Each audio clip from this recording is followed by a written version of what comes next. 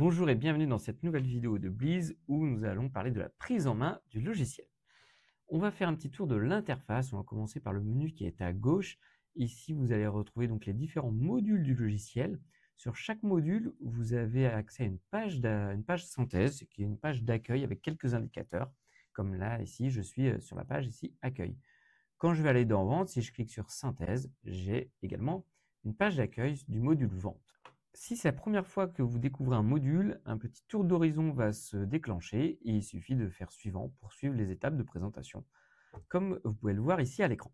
Pour naviguer à travers le menu, vous avez deux cas de figure. Soit vous cliquez sur la petite flèche ici et ça va dérouler le menu, soit vous cliquez directement sur le nom, ici par exemple vente, et vous allez passer par la page d'accueil du module vente. Ici, si je fais trésorerie, je vais passer par la page d'accueil module trésorerie. Si je veux accéder à une page sans passer par l'accueil, je clique sur la petite flèche et là, je peux aller directement, par exemple, sur le dépôt de pièces. Si vous avez un petit écran, il est possible de réduire la barre latérale en cliquant sur cette flèche ici.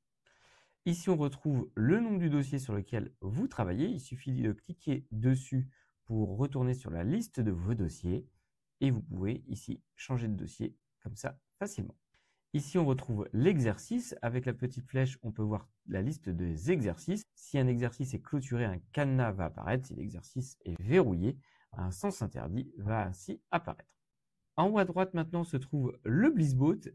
Le Bleezbot est un assistant conversationnel. Il vous permet de poser des questions soit d'ordre comptable, soit des questions sur l'utilisation du logiciel. Par exemple, comment faire un avoir. Et donc là, on va vous rediriger vers soit un article de l'aide en ligne, soit directement sur les étapes, comme vous pouvez le voir ici à l'écran. On clique sur démo ici, c'est le nom, prénom de votre utilisateur. Moi, il s'appelle démo. Vous avez accès à votre compte. Si vous souhaitez, par exemple, changer votre mot de passe ou activer la double authentification, et c'est par ici que ça se passe. Préférences, je vous invite à cliquer dessus. Ici, vous avez vos préférences. C'est vraiment pas lié à votre dossier, mais vraiment à votre profil. Donc, les modifications que vous allez faire ici ne vont pas impacter les autres utilisateurs. C'est impacte vraiment que votre utilisateur et sera applicable sur l'ensemble des dossiers auxquels vous avez accès. Dans les paramètres qui sont sympas à modifier, vous avez par exemple le nombre de lignes. Je vous invite à mettre 100, c'est le nombre de lignes que vous voyez à l'écran. Soit vous allez avoir par exemple 4 pages de 25 lignes, soit une seule page de 100 lignes. Moi personnellement, je préfère avoir une page de 100 lignes. Donc ici, je vais mettre 100. Vous avez également un autre paramètre à modifier, l'écran. Si vous avez un double écran, je vous invite donc à sélectionner double écran. Cela va permettre donc l'affichage du PDF dans votre deuxième écran. Très pratique lors de la consultation, de la révision ou de la saisie de votre comptabilité. Donc il y a un premier paramètre ici qui est de mettre double écran et un second paramètre qui a été effectué sur votre navigateur. Je vais y revenir juste après en vous présentant l'aide en ligne.